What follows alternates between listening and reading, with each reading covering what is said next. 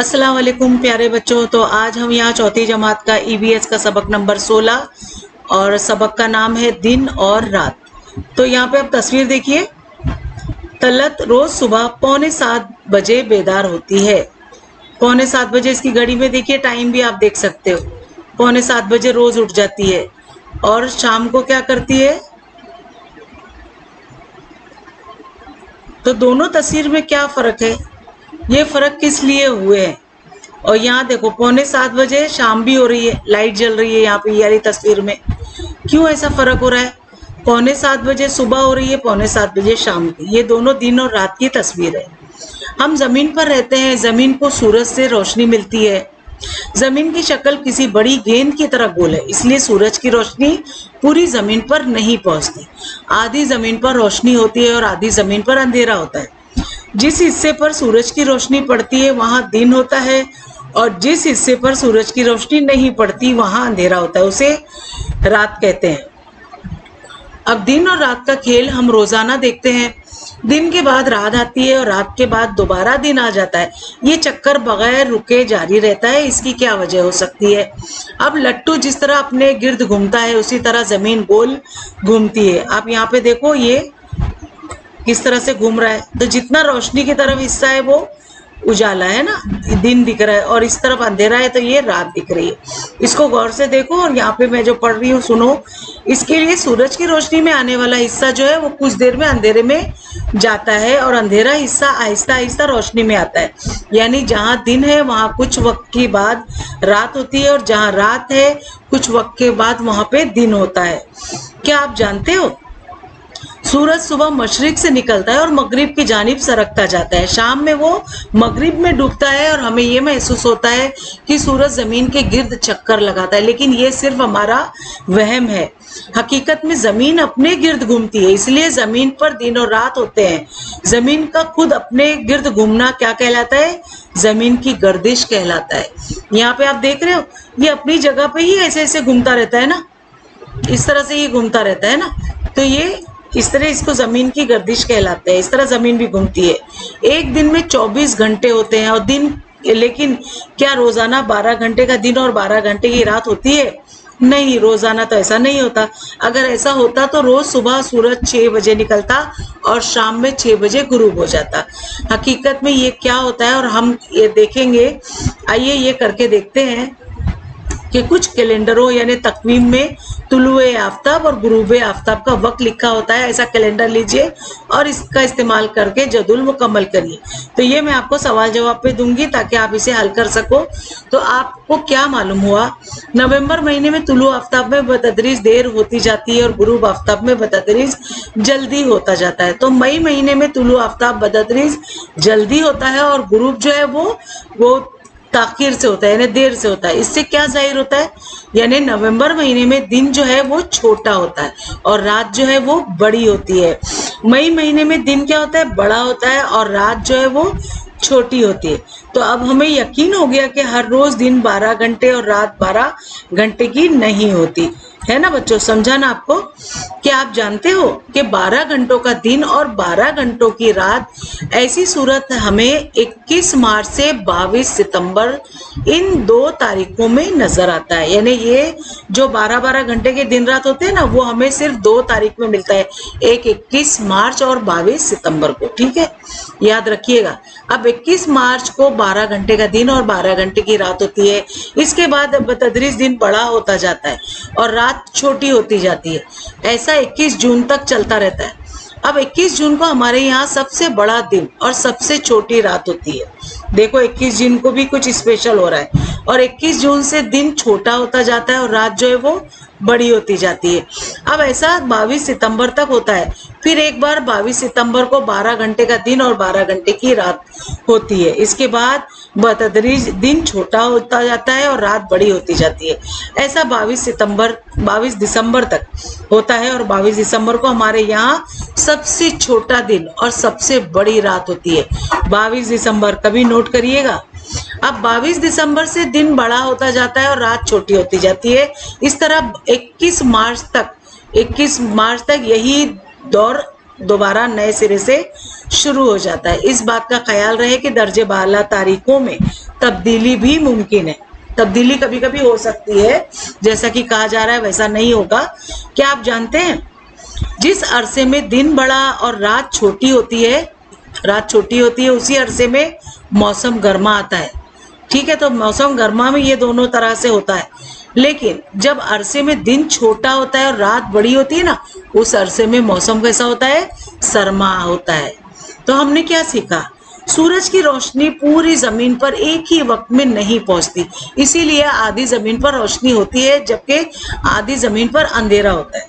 जमीन खुद की गर्दिश करती है, इसकी वजह से रोशनी में जो हिस्सा आता है वो अंधेरे में जाता है और अंधेरे वाला हिस्सा रोशनी में आता है, इसलिए जमीन पर दिन और रात होते रहते हैं।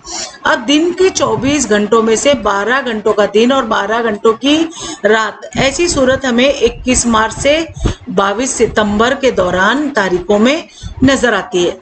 अब दिसंबर से जून तक दिन बड़ा हो जाता है और इसी तरह जून से दिसंबर तक के जो दिन होता है वो छोटा होता है। समझे बच्चों आपने?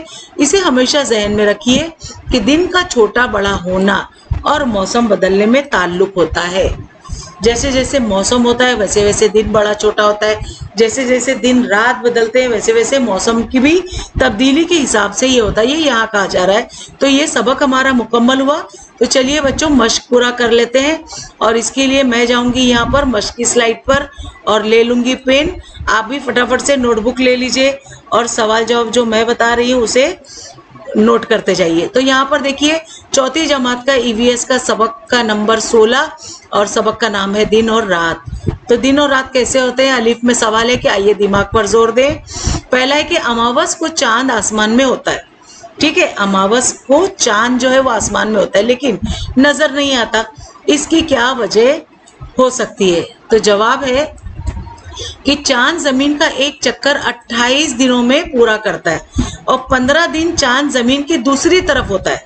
दूसरी तरफ होना यानी इससे वो भारत से उसे दिखाई नहीं देता, यानी हमारे जो हिंदुस्तान से वो हमें नजर नहीं आता, और जब दिखाई नहीं देता तो उस वक्त को अमावस कहते हैं।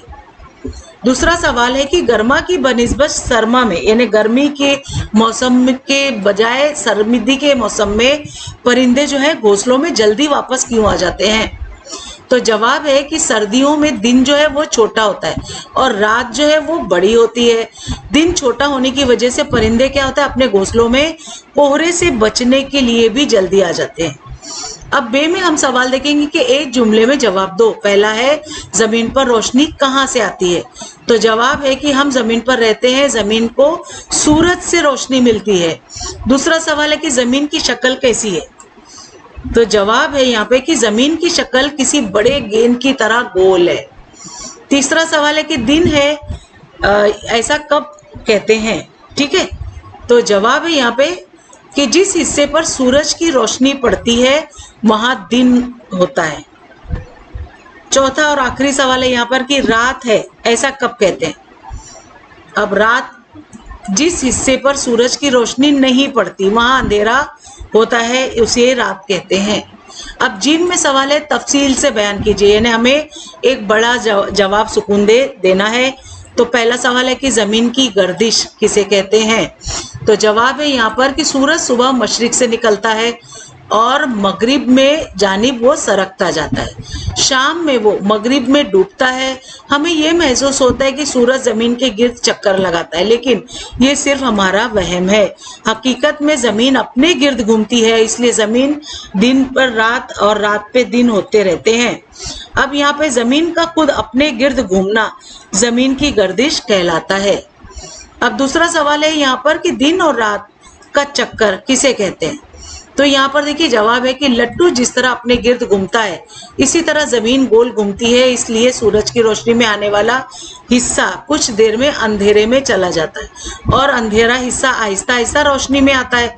यानी जहाँ दिन है वहाँ कुछ वक्त के बाद रात होती है और जहाँ रात है वहाँ कुछ वक्त के बाद दिन होता है, इसलिए दिन और रात का चक्कर कहलाता है। ठीक है, अब यहाँ पर दाल का सवाल है कि खाली जगह पुर कीजिए। पहला सवाल है कि एक दिन में डैश घंटे होते हैं, यानी 24 घंटे होते हैं। दूसरा सवाल है कि सूरज के निकलने को डैश कहते हैं, तुलु आफ्ताब कहते हैं। तीसरा है कि सूरज के डूबने को डैश कहते हैं, गुरूबे आफ्ताब कहते हैं। चौथा सवाल है कि 21 मार्च से डैश तक हमारे यहाँ दिन बड़ा होता है और रात छोटी होती है, तो 22 दिसंबर तक। 21 मार्च से 22 दिसंबर के बीच में ये दिन बड़ा और रात छोटी होती है। अब यहाँ पे हे में सवाल है कि नीचे दिए हुए जुमले सही है या गलत लिखिए। पहला सवाल है कि 21 मार्च को दिन जो और रात बराबर होते हैं, गलत। दूसरा सवाल है कि 21 जून को दिन सबसे बड़ा और रात सबसे छोटी होती है, सही। तीसरा सवाल है कि 22 सितंबर दिन और रात गैर मुसावी होते हैं, गलत, एक जैसे होते हैं। 24 है कि 22 दिसंबर को दिन सबसे बड़ा और रात सबसे छोटी होती है, तो ये भी सही है, सही जवाब। अब अगला है सरगर्मी बच्चों आपके लिए कि कुछ कैलेंडर यानी तकवीम लेना है जिसमें तुलु आफ्ताब और गुरूब आफ्ताब का वक्त लिखा हुआ है। ऐसा कैलेंडर लीजिए, इसका इस्तेमाल करके जदूल मुकम्मल कीजिए। बच्चों अगर आपके पास कैलेंडर ना हो ना तो उर्दू अखबार आप लीजिए, उसमें रोज सूरज कब निकलता है, निकलने को तुलु कहते हैं और डूबने को गुरूब कहते हैं, ठीक है। तो उसमें दोनों वक्त लिखा होता है, जैसे मगरिब का वक्त दिया होता है तो वो आप यहाँ पे लिख सकते हैं, लेकिन यहाँ पे जो है जदूल बने हुए जिसमें तारीख बताई गई है, तो 4 तारीख और महीना है मई का, ठीक है। तो 8 तारीख, 12, 16, 20, 24, 28 ये तारीखों के बारे में ही सिर्फ बताना है कि सूरज कब उगता है और कब डूबता है। इसी तरह नवंबर माह का बताना है आपको, तारीख है यहाँ पे 4, 8, 12, जैसे ऊपर जो तारीख है वही सारी तारीख है यहाँ पर। और इन तारीखों के दरमियान में आने वाला तुलु आफ्ताब यानी उगने वाला सूरज का वक्त और गुरूब आफ्ताब यानी डूबने वाला सूरज का वक्त यहाँ पर आप पूरा खुद से भरिए और अपने दोस्तों के साथ मिलकर ये काम करिए। तो बच्चों यहाँ पर हमारा सबक भी मुकम्मल हुआ और सवाल जवाब भी पूरे हो चुके हैं। मैं उम्मीद करती हूँ आपको अच्छे लगे होंगे, समझ में आ गए। और अगर समझ में आ गए, अच्छा लगा तो प्लीज सब्सक्राइब करें मेरे चैनल को, लाइक दीजिए, इससे मुझे बहुत हौसला मिलता है। अपने उर्दू मीडियम के बहुत सारे दोस्तों में शेयर करो बच्चों, ताकि किसी को भी डाइजेस्ट ना खरीदना पड़े, ऑनलाइन काम से वो सारे सवाल जवाब घर बैठे हासिल कर सकते हैं। अगर इस सबक के मुतालिक कोई डाउट आपके जहन में आए तो कमेंट बॉक्स में पूछिए, मैं इंशाल्लाह जरूर जवाब दूंगी। तो बच्चों मिलते हैं अगली वीडियो में नए लेसन के साथ, तब तक के लिए बाय बाय, टेक केयर, अल्लाह हाफिज।